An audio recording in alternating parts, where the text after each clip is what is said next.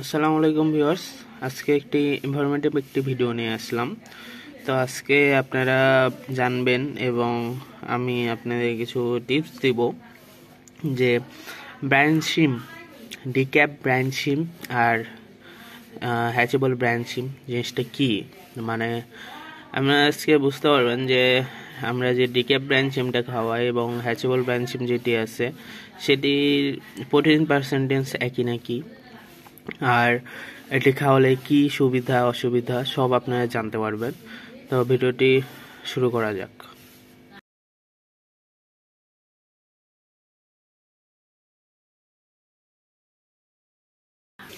So viewers, এখানে আপনারা দেখতে পাচ্ছেন এখানে ডিক্যাপ ব্র্যান্ড সিম্প আছে।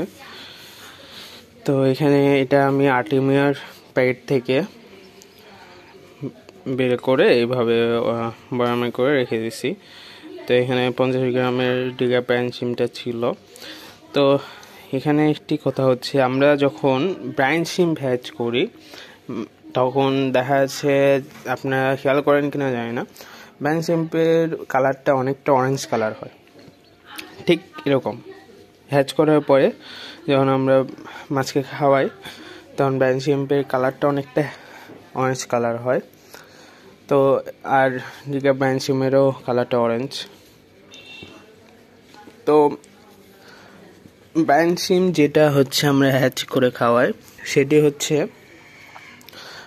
লাইফ ফিড হিসাবে কাজ করে, যে মাছ দৌড়াদৌড়ি করে খাবে, মুভমেন্ট করে এক জায়গা থেকে আরেক জায়গায় যাবে, যে খাবে মাছ ব্রাঞ্চ সিমটাকে, তখন সেটা লাইফ ফুড আকারে কাজ করে। আর ডিক্যাপ ব্রাঞ্চ সিমটা হচ্ছে আপনারা দিবেন, এক জায়গাতে পড়ে থাকবে, সেটা মাছ এসে খাবে। তো এটা প্রোটিন পার্সেন্টেজ সেম, কারণ হচ্ছে ডিক্যাপ ব্রাঞ্চ সিম্পের যে প্রোটিন পার্সেন্টেজটা আছে আর ব্রাঞ্চ সিম্পের সেম, কারণ আমরা হচ্ছে এই ব্রাঞ্চ সিমটাকে ওরা কেমিক্যালের মাধ্যমে উপরের সেল, মানে ডিমের যে সেলটা আছে সেটা তারা সরিয়ে ফেলার মাধ্যমে সেটার হ্যাচেবল ব্রাঞ্চ সিম থেকে সেটা ডিক্যাপ হয়ে যায়।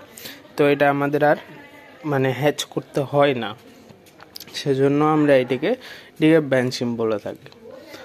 আর এটি হচ্ছে খাওয়ানো খুব ভালো মাছদেরকে। 15 দিন থেকে আপনারা মাছকে খাওয়াতে পারবেন। তো এখানে আমি বলতে চাচ্ছি যে আমি 15 দিনের পর থেকে ডিক্যাপ ব্রাঞ্চ সিমটা খাওয়াই। তার কারণ হচ্ছে 15 দিন পর্যন্ত তারা বড় জিনিসগুলো খেতে পারে না। আর ডিক্যাপ ব্রাঞ্চ সিম যতই ছোট হোক, কিন্তু 15 দিন পর্যন্ত 2 সপ্তাহ পর্যন্ত একটা মাছের ফ্রাই সেটি খেতে পারে না।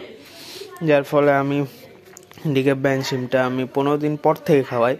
আর তার সাথে আমি ব্রাঞ্চ সিমও খাওয়াই, কারণ একদম লাইভ ফুড ছাড়া মাছের গ্রোথ আর কালারেশনটা ভালো আনা পসিবল না। কারণ একটু হলো আমরা লাইভ ফুড খাওয়ানোর ট্রাই করব।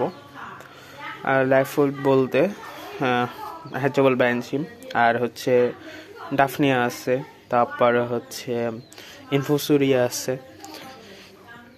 তো এই জন্য আমরা হচ্ছে কিছু হলো লাইভ ফুডটা খাওয়ানোর ট্রাই করব। আর ডিক্যাপ ব্রাঞ্চ সিম যেটা হচ্ছে আমরা খাওয়াই, এটা আমরা ডিরেক্ট যে হচ্ছে দিয়ে দেই ট্যাঙ্কে, তখন ওরা খায়।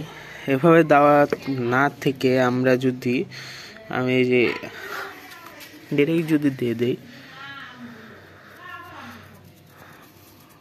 মাছ কিন্তু খুব কম খাবে, কারণ ওদের ওখানে যে গন্ধটা মাছের হচ্ছে যে ব্রাঞ্চ সিম্পের গন্ধটা, ওটা পুছাতে অনেক সময় লাগে।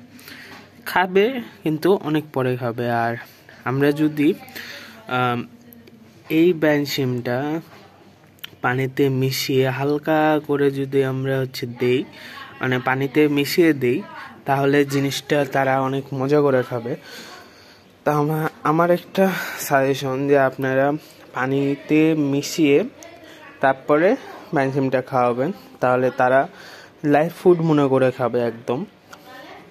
কারণ লাইভ ফুডও হচ্ছে যখন পড়বে পানিতে, তখন মনে করেন যে ওটাও মনে হবে যে হ্যাঁ লাইভ ফুড কারণ ব্যান্ড শিম্পেরই ওটা হচ্ছে ডিক্যাপ ফর্ম।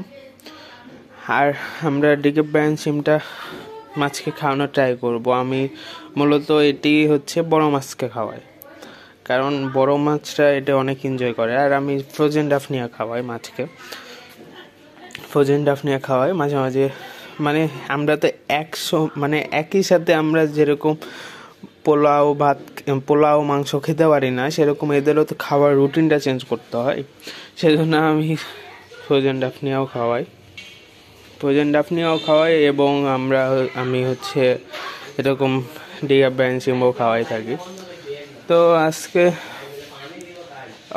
ট্রাই করলাম কিছু ইনফরমেটিভ ভিডিও দেওয়ার। জানি না কতটুকু আমার নলেজে আছে, যেটুকু আমি নলেজে গেইন করতে পারছি সেটুকু আপনাদের সাথে শেয়ার করছি। আর দেখি ভিডিও কোয়ালিটিটা অনেক শিখে হবে, অনেক খারাপ হতেও পারে, কারণ আমার কোনো হ্যান্ডি নাই, মানে আমাকে হেল্প করার মতো কেউ নাই।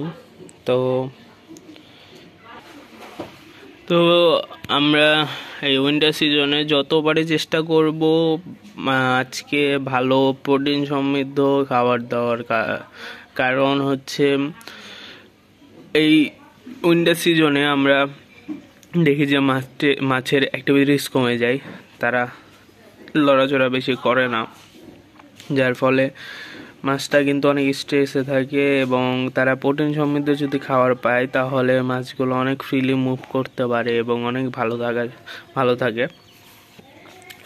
ভিডিওটা বেশি বড় করব না, কারণ এই ডিক্যাপ ব্যান্ড শিম আপনারা খাওয়াতে পারেন আপনার মাছকে। তো আজকে ভিডিওটা এই পর্যন্তই। ভিডিওটি ভালো লেগে থাকলে অবশ্যই ভিডিওটি লাইক দিবেন এবং শেয়ার করবেন এবং চ্যানেলটিকে অবশ্যই সাবস্ক্রাইব করবেন। আল্লাহ হাফেজ।